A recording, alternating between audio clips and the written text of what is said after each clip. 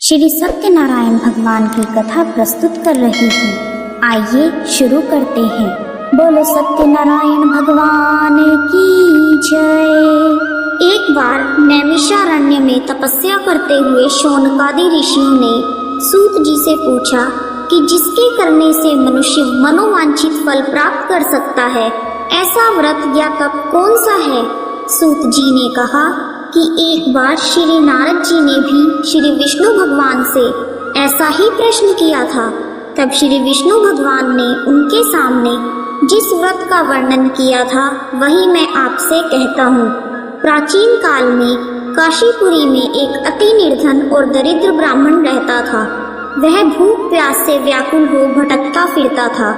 एक दिन उसकी दशा से व्यथित होकर भगवान विष्णु ने बूढ़े ब्राह्मण के रूप में प्रकट होकर उस ब्राह्मण को सत्यनारायण व्रत का विस्तार पूर्वक विधान बतलाया और अंतर्धान हो गए।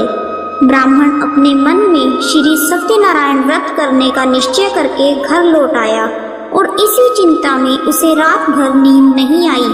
सवेरा होते ही वह सत्यनारायण भगवान के व्रत का संकल्प करके भिक्षा मांगने के लिए चल दिया। उस दिन उसे थोड़े ही परिश्रम में बहुत अधिक धन धान्य भिक्षा में प्राप्त हुआ। सायंकाल घर पहुंचकर उसने बड़ी श्रद्धा के साथ श्री सत्यनारायण भगवान का विधि पूर्वक पूजन किया। भगवान सत्यदेव की कृपा से वह थोड़े ही दिनों में धनवान हो गया। वह जब तक जीवित रहा तब तक महीने के महीने श्री सत्यनारायण भगवान का व्रत और पूजन करता रहा। यह देह छोड़ने के बाद वह विष्णु लोक को प्राप्त हुआ। सूत जी पुनः बोले कि एक दिन वह ब्राह्मण अपने बंधु बांधवों के साथ बैठे ध्यान मग्न हो श्री सत्यदेव की कथा सुन रहे थे। तभी भूख प्यास से व्याकुल एक लकड़हारा वहां जा पहुंचा। वह भी भूख प्यास से व्याकुल कथा सुनने के लिए बैठ गया। कथा की समाप्ति पर उसने प्रसाद ग्रहण किया और जल पिया। फिर उसने ब्राह्मण से इस कथा के बारे में पूछा और उसने बताया कि यह सत्यनारायण जी का व्रत है जो मनोवांछित फल देने वाला है। पहले मैं बहुत दरिद्र था, इस व्रत के प्रभाव से मुझे यह सब वैभव प्राप्त हुआ है।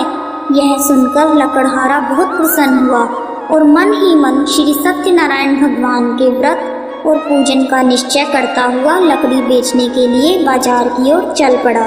उस दिन लकड़हारे को लकड़ियों का दुगना दाम मिला। उन्हीं पैसों से उसने केले, दूध, दही आदि सभी पूजन की सामग्री खरीद ली और घर चला गया।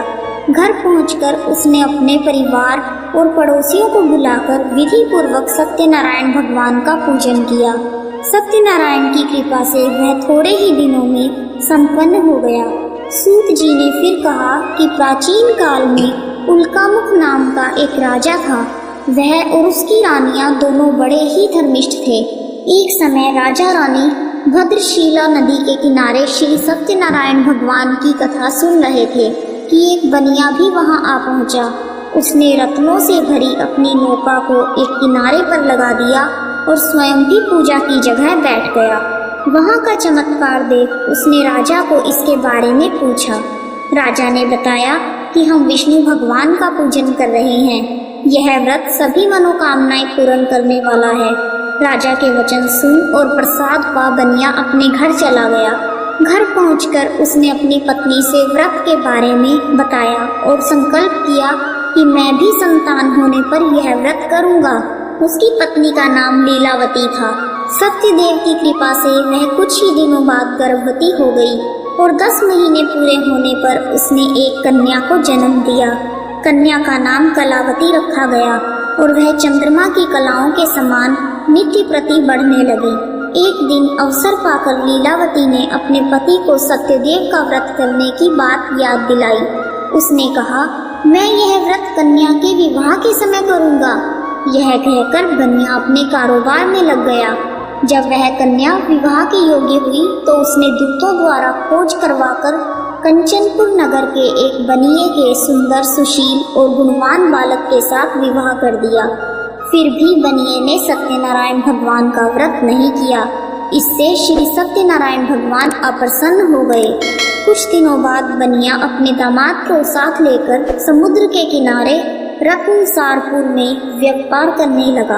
एक दिन रत्नसारपुर के राजा चंद्रकेतु के खजाने से चोरों ने बहुत सारा धन चुरा लिया। राजा के सिपाही चोरों का पीछा कर रहे थे। चोरों ने जब देखा कि सिपाहियों से बचना कठिन है तो उन्होंने राजकोष से चुराया हुआ धन एक जगह फेंक दिया और स्वयं भाग गए। वहीं बनिए का डेरा था। सिपाही चोरों को ढूंढते हुए उसी जगह पहुंच गए और उन्होंने दोनों बनियों को चोर समझकर पकड़ लिया। राजा ने दोनों को जेल में डालने का आदेश दे दिया और उनका धन कोष में जमा कर दिया।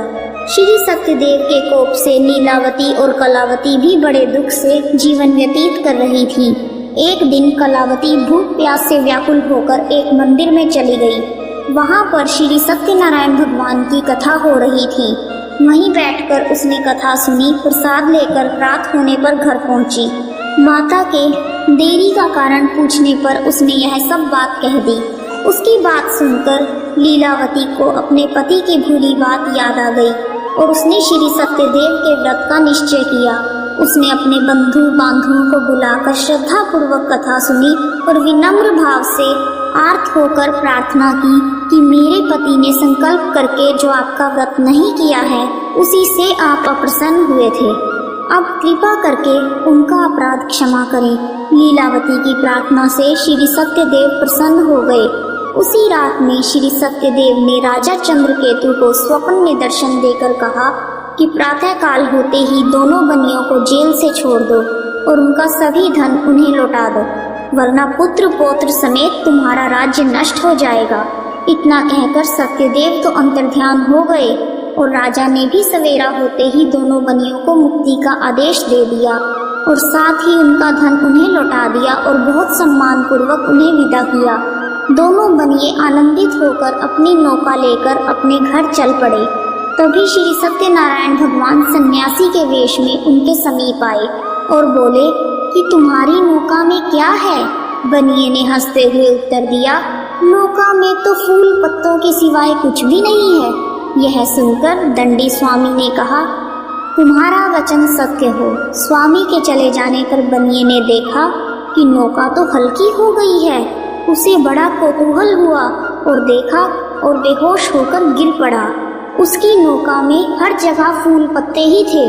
परंतु दामाद ने कहा, इस प्रकार हड़बड़ाने से काम नहीं चलेगा। हमें उन्हीं दंडी स्वामी के पास जाना चाहिए। यह उन्हीं की करामात है। उनसे चलकर प्रार्थना करेंगे तो फिर से वैसा ही हो जाएगा। दामाद की बात मानकर बनिया स्वामी के पास पहुंचा और उनके चरणों में गिर पड़ा और बार बार उनसे क्षमा मांगने लगा। उनकी विनीत प्रार्थना से भगवान ने प्रसन्न होकर उसे इच्छित वरदान दिया और स्वयं उसी जगह से अंतर्ध्यान हो गए। बनियों ने नाव के पास जाकर देखा तो अब वह धन रत्नों से भरपूर थी। तब उन्होंने श्री सत्यदेव भगवान का पूजन किया और कथा सुनी। फिर वह घर की ओर चल दिए। अपने नगर के समीप पहुंचकर बनिए ने लीलावती के पास अपने आने का समाचार भेजा। लीलावती उस समय श्री सत्यनारायण भगवान की कथा सुन रही थी। उसने अपनी पुत्री कलावती से कहा कि तुम्हारे पति और पिता आ गए हैं। मैं उनके स्वागत के लिए चलती हूँ। तुम भी प्रसाद लेकर शीघ्र ही नदी तट पर पहुँच जाना। कलावती प्रसन्नता के कारण इतनी विमुग्ध हो गई कि वह कथा का प्रसाद लेना ही भूल गई और तुरंत ही नदी के तट की ओर दौड़ पड़ी। वह ज्यों ही नदी के किनारे पहुंची, उसके पति समेत नौका जल में डूब गई। यह देख बनिया हाहाकार करके छाती पीटने लगा। लीलावती भी दामाद के शोक में विलाप करने लगी और कलावती अपने पति के खड़ाऊ लेकर सती होने को उद्यत हुई। तभी आकाशवाणी हुई कि हे वणिक, तेरी कन्या सत्यनारायण भगवान के प्रसाद का निरादर करके पति से मिलने के लिए दौड़ी आई है। यदि वह प्रसाद लेकर फिर आएगी तो उसका पति जी उठेगा। यह सुन कलावती घर की ओर दौड़ गई और श्री सत्यनारायण भगवान का प्रसाद लेकर नदी के किनारे आई और क्या देखती है कि उसके पति समेत नौका जल पर तैर रही है। यह देख बनिया भी प्रसन्न हो गया और अपने घर पहुंच गया। वह जब तक जीवित रहा तब तक श्री सत्यदेव भगवान का व्रत करता रहा तथा श्रद्धा पूर्वक कथा को सुनता रहा। इसके पश्चात सूत जी बोले कि एक समय तुंगध्वज राजा शिकार खेलने के लिए वन में गया हुआ था। वहां उसने देखा कि एक बरगद के वृक्ष के नीचे बहुत से गोप ग्वाल इकट्ठे होकर श्री सत्यनारायण भगवान की कथा सुन रहे हैं। राजा ने न तो सत्यनारायण भगवान को नमस्कार किया और न ही पूजन के पास गया। गोपगण राजा को देखकर स्वयं प्रसाद लेकर उसके पास आए और प्रसाद राजा के सामने रख दिया। राजा ने प्रसाद की कुछ परवाह नहीं की और महल की ओर चला गया। राजद्वार पर पहुंचते ही राजा को मालूम हुआ कि उसके पुत्र पौत्र और धन संपत्ति सब नष्ट हो गए हैं। उसे वन की घटना स्मरण हो आई और उसने विचार किया कि श्री सत्यदेव के प्रसाद का निरादर करने के कारण मुझे यह दुख प्राप्त हुआ है।